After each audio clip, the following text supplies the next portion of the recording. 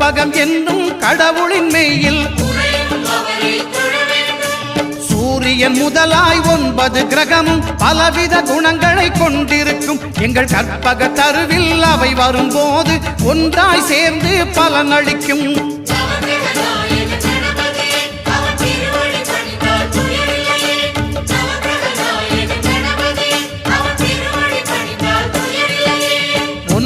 கோளும் ஒன்றாய் காண அங்கு கற்பகம் என்னும் கடவுளின் மெய்யில்